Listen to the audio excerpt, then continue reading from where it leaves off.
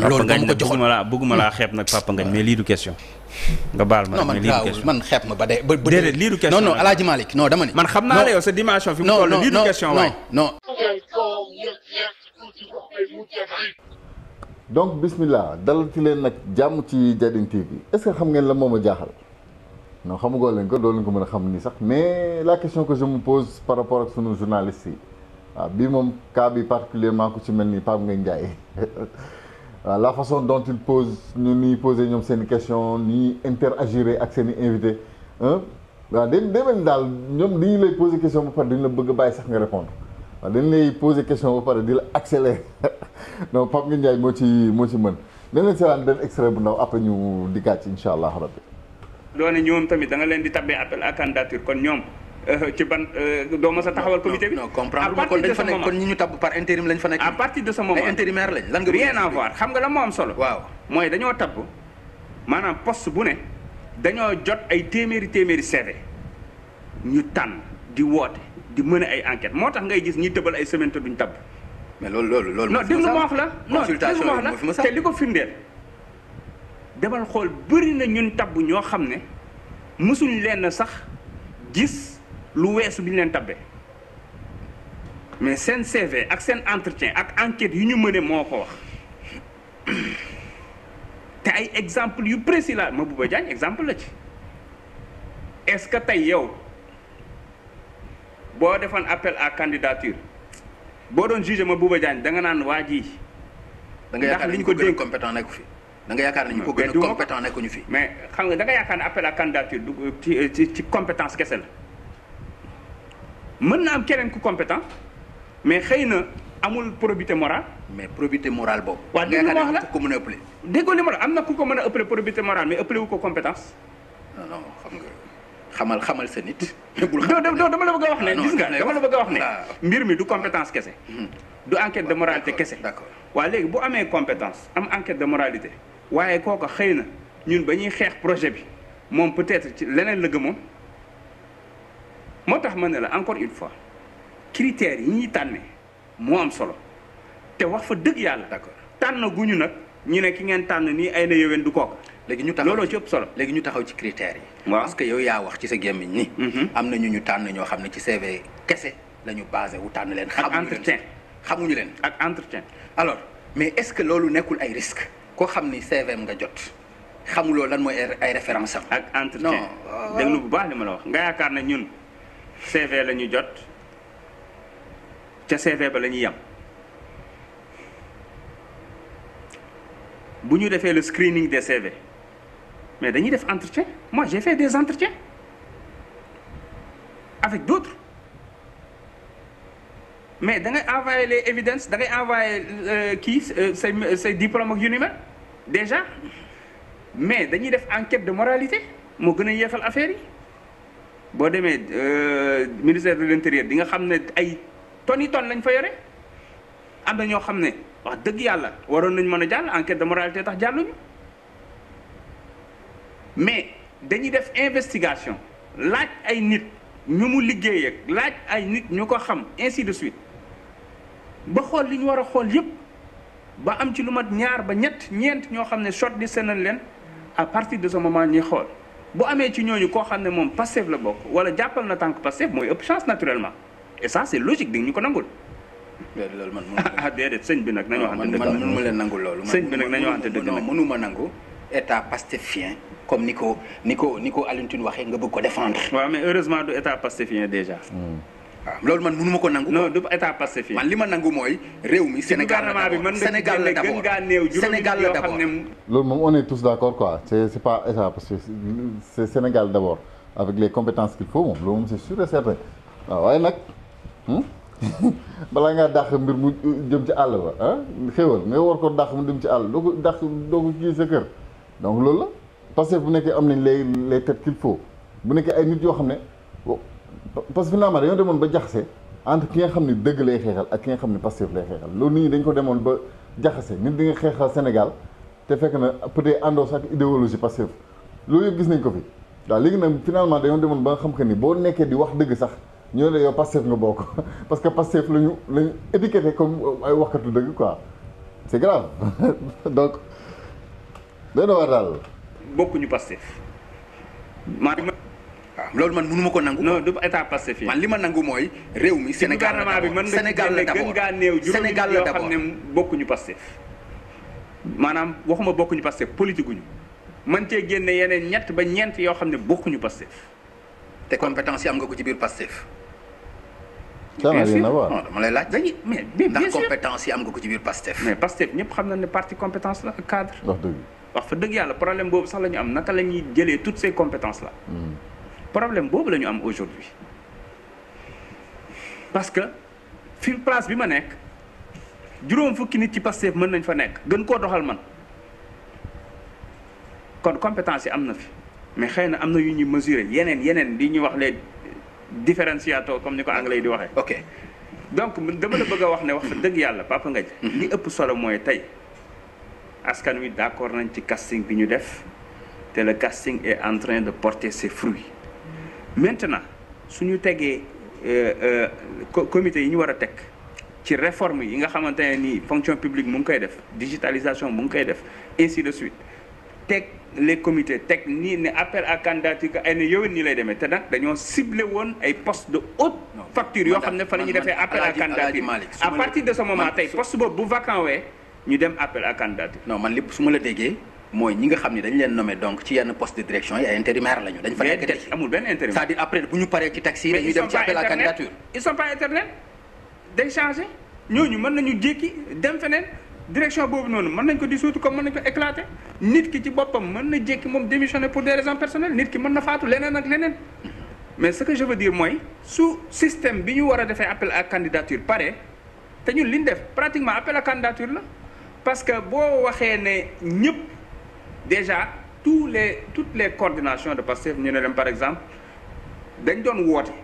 très sincèrement di leen laaj wax leen ñan ngeen xalaat foofu ñoo xam ni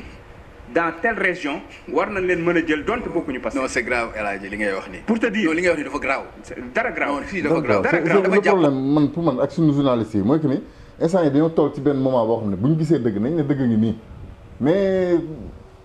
je veux dire peut-être que loolu la quoi mooy li ñuy wax lu ci ëpp débat contradictoire non nit ki mënul ñëw di waxee fii nga ànd ak moom ci loolu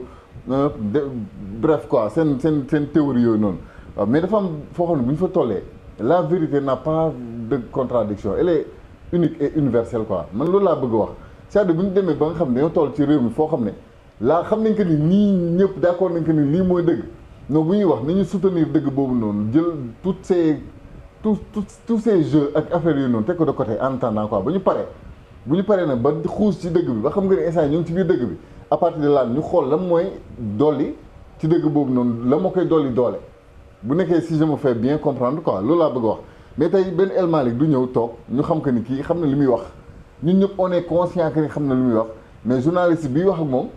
di jéem a indi à chaque fois la contradiction mu am fa place ou pas quoi waaw bu nekkee contradiction bi am na fa place indi ko nga teg ko mu doon débat bu neex débat bu kii quoi mais bu nekkee day ñëw wax na li nga xam ne lii logique la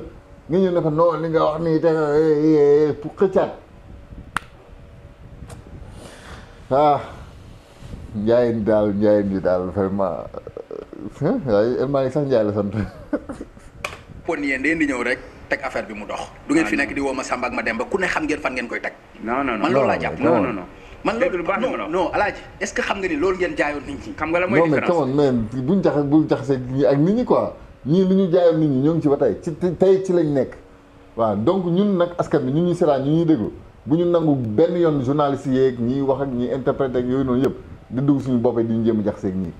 bu ko kenn nangu. Il y a ce qu'on appelle les équipes. Il y a énormément de choses yooyu jël en compte da nga war a def le maillage du territoire sëñ bi. dafa am solo dañ ko mais man pour man. dafa am solo. non yaa ni ma projet bi ngeen campagne projet bi pare na. dafa am solo non waxuma ça n'a rien à voir avec le projet on parle des profils. ah mais profil projet bi pare moom la ñu présenté te moom la ñu fole. projet bi moom dafa leer loo dem loo soxla boo demee ubbi ko fekk ko fa ndax dañ ko def mu leer nañ. kon loolu du problème mu projet. DPG bi pare na bu yàgg président Ousmane Sonko xam nga ci lan lay liggéey ak gouvernement am le plan horizon 2050 sur 25 ans foofu lañ toll.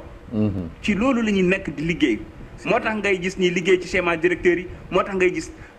parce que dañu xam ne ñun on est là pour 25 ans jëm 50 ans te dañu bëgg réew mi transformation systémique. ci fànn yépp nag. Alaaji li ngay wax nii vraiment bàyyi li ngay wax quoi. ñi ngi fi pour 25 ans ñi ngi fi pour 50 ans. Il a rien compris wala il a fait exprès ah mais ces techniques de journalistique là lii nag dañu war a wax ci réew mi man rien contre Pape Ngagne Ndiaye li may wax nii c'est pas réellement contre Pape Ngagne Ndiaye parce que yàgg nañ ko gis que nii lay liggéey quoi moom lii mooy kii woom waaw mais da ngay gis sax journaliste yu ndaw yi mbujaa mbuj ci yii nii nañu kii comme moom da ngay wax nii il faut que indi la contradiction lii la askan bi bëgg ñun ñoo ne changement systémique ñun le Sénégal ñun ñoo ne système bi nañ bëgg mu jugee fi nañ ko soppi ñii waxuma la gisa buñ parce que esprit bi ñu indil idéologie bi ñu indi buñ ko appliqué 50 ans yi di ñëw je vous promets que ni loolu mooy daw Sénégal encore au moins beneen 500 ans ci kanam loolu mooy daw Sénégal encore beneen 500 ans ci kanam mais tey Pape Ngagne Ndiaye bu tegee lii lan la fi war a mën a teg ak lan la war a mën a wax that is the question. incha allah. d'accord alors man dama doon xaar incha allah mu leer. l'homme propose Dieu dispose te si ñi ñu gisagum yëpp dafa mel ni yàlla ci boppam moo nangu yàlla ci boppam moo dimbali waa Pastef ndax yàlla ci boppam moo dimbali Sénégal Sénégal yëpp bokk benn vision benn bëgg-bëgg benn gëm-gëm ñu ne lii lañ bëgg fal ki ñu tànn mais journalistes yi dañ ci war a jàpp dafa am benn moment boo xam bu ñu fa tollee dëgg dafa war a doon li ñuy appliquer mais pas lu ñuy débattre quoi di ko jéem a taxal suufa di kii pour des naan non xam nga débat contradictoire c'est pas ça le débat contradictoire. non Alaaji li ngay wax nii vraiment bàyyi li ngay wax quoi ñi ngi fi pour 25 ans ñi ngi fi pour 50 ans. incha allah incha allah rabbi. d'accord alors man dama doon xaar rupture nga ni ma président de la république kat Jeux olympiques yu France yi biñ ko ci woowee vraiment demul fii la toog àllarbay tey jii mu def conseil des ministres am wax nu réew mi di doxee. man loolu moom ko joxoon bëgguma laa xeeb nag Papa Ngagne mais lii non jar na xeeb de waaw El Malick Papa Ngagne jar naa xeeb de fi mu toll nag am na yenn wax yoo xam ne moom waaw ah ok yow maanaam kii tonton El Malick Papa Ngagne jar naa xeeb nag waaw fu nekk na ñaari njaayeen ñoo dajaloo ci plateau bi donc xam nga je ne veux pas man sama bopp sax wàccee sama bopp ci yenn niveau yi mais il faut que je ma dem defi yëfu njaayeen mais bon je veux dire Papa Ngagne yow tonton El Malick Papa Ngagne jar naa xeeb te il est très xeebable nag fi mu nekk nii moom ta sor ah mais quand même nag il faut ñu dépasser yenn esprit yi waaw may leen ma 2 minutes. nga baal ma non man gaawul man xeeb ma ba dee ba déedéet lii du question non Alaaji Malick non dama ni man xam naa la yow sa dimension fi mu toll lii du normalement question normalement du question ci dimension fi mu toll. mais lii du question. nga baal ma non man gaawul man xeeb ma ba dee ba déedéet lii du question non Alaaji Malick non dama ni man xam naa la yow sa dimension fi mu toll lii du question vraiment non indil beneen rek jàpp ci rek non mais c'est lii humiliant du question c'est bii baaxul toll ni humiliant àllarbay tey ci bii baaxul conseil des baaxul. ministres ñuy wax nu réew mi war a doxe waaw ngeen taxaw waaw jaay ñu France moo lu ñu tardel France la ñun nit ñi di ko dégg amuñu lu ñuy def lu dul ay Jeux olympiques waaw ñu dégg seen ministre Birame Souleye Diop mu ne kenn duñu tuddee lii kenn duñu tuddee làmb kenn duñu tuddee dara moom muy dem di ko parrainer bokk ci loolu bàyyi fii réew mi dem yoonam man boo ma ni woon demul mais loolu boo ma nee rupture la man mën naa ko dégg Papa Ngagne bu la suñu dizaine d'athlètes yi ñuy yónni fële déglu rek sëñ bi loolu doom ko wax man loolu wax ko li tax ma ne la sa question bi baaxul loolu doom ko wax man loolu gis nga loolu man loolu doom ko wax Alaaji Malick loolu wax ko Birame Souleye Diop le ministre de la République bi taxaw ni xoolal bu ñu kenn tudd ci dara lu folklore non mais comment sëriñ bi dafa am ñoo xam ne dañ leen jox drapeau national ñi dem ci Jeux olympiques yi nga xam ne àdduna bi yëpp a fay tase ñu war fa défendre suñu raaya réew le président de la République le ministre des sports léegi pourquoi pas le président ñoom mérité wuñ ko bu doon football de doo wax loolu bu doon équipe nationale Sénégal doo wax loolu de loolu mooy li doy waar ñun nag dañu xeebul benn discipline sportive gis nga dañu xeebul benn discipline sportive non France ngeen fonk déjà ñooñu xam nga ñooñu fonkuñu leen non France ngeen fonk France ngeen fonk day ruube quoi sëñ bi xam nga day ruube da ngay xumbal guerre rek waaye xam nga da ngay wax taxawu acca dama la bëgg a wax ne. bon ngeen jégal ma après naa defaat beneen vidéo parce que seen débat yi dafa neex quoi mais nii vraiment il faut que ma dem def yëfu njaayeen il faut que ma waaw mu ngi noonu daal mais loolu la rek xumbal ruube on comprend quoi comprendre nañ globalement mooy li Baye Assane Mesere di nekk ci plateau yi rek mais en général li si jig Baye Assane du si jig keneen loolooy problème bi quoi surtout nag des journalistes émérites yoo xam ne xam nañ leen xàmmee nañ leen ñoo xam ne bu wax jotee ñoom ñoo war a wax teg réew mi ci yoon waaw ñoom ñoo war a nangu bu ñu gisee une tête comme El Malick Ndiaye nangul ko intelligence am ak xam-xamam nangul waa Pastef seen intelligence ak seen xam-xam ay nit képp lañ dëgg la waaw mais nag nga gis li tubaab naan appeler le chat par son nom waaw boo gisee muus neel muus a ngi boo gisee xar neel xar a ngi boo gisee nag neel nag a ngi mais doo gis nag ba pare naan ko giléem loolooy problème bi ñun nag bu ñu nangoo ñun Sénégal li nga xam ne ñun tànn nañ ko ànd ceeg suñu confiance ànd ceeg suñu certitude am ci yaqin bu mat sëkk suñu borom moom moo koy gérer li ci topp waaw li ñu naan l'homme propose Dieu dispose ñun askan bi ñun ñoo proposé suñu borom ne ko kat lii lañ bëgg mu tàllalal ñu yoon bi nañ jaare nii ci yoon bu jub la yoon boo xam ne boo leen ci jaaree di ngeen jubal boo leen ci jubalee di ngeen jubbanti waaw te ñun nag Afrique instant bii nii sax ci boppam ñu ngi ñuy bàyyi xel mooy jubbanti boobu noonu foofu lay effectiver dëggantaan waaw suñu jubee na nit ñi jub te njub boobu noonu daf cee bokk ci journalistes yi xam ni ñuy waxee ak la ñuy wax nañ koy waxee nañ koy defee c'est bien beau quoi roube bi xam nga jeu bi xumbal géew loolu c'est bien beau nice waaw mais bu mu tax tamit ñu détourner vérité bi bu mu tax ñu wax loo xam ne dina jaxase xelu doomu aadama yi waaw après nag li ci des moom jubal la ak jubbanti waaw te loolu nag mooy rôle sax dëggantaan ki nga xam ne moom mooy communiquer ki nga xam ne mooy presse ci boppam daal loolu mooy rôle am mooy defar te bañ a yàq waaw loolu la daal pour le moment nag ngeen jégal ma il faut vraiment waaw mu ngi noonu ba ci kanam daal après maa ngi ñëwaat pare nga ma ci débat bi dafa neex démb li ma ci jot a seetaan rek moom dama cee bég quoi El Malick yàlla na fi yàgg te wér kon boobu maa leen di dig daye ba ci kanam ak jàmm incha allah rabbi jaa ngeen jëf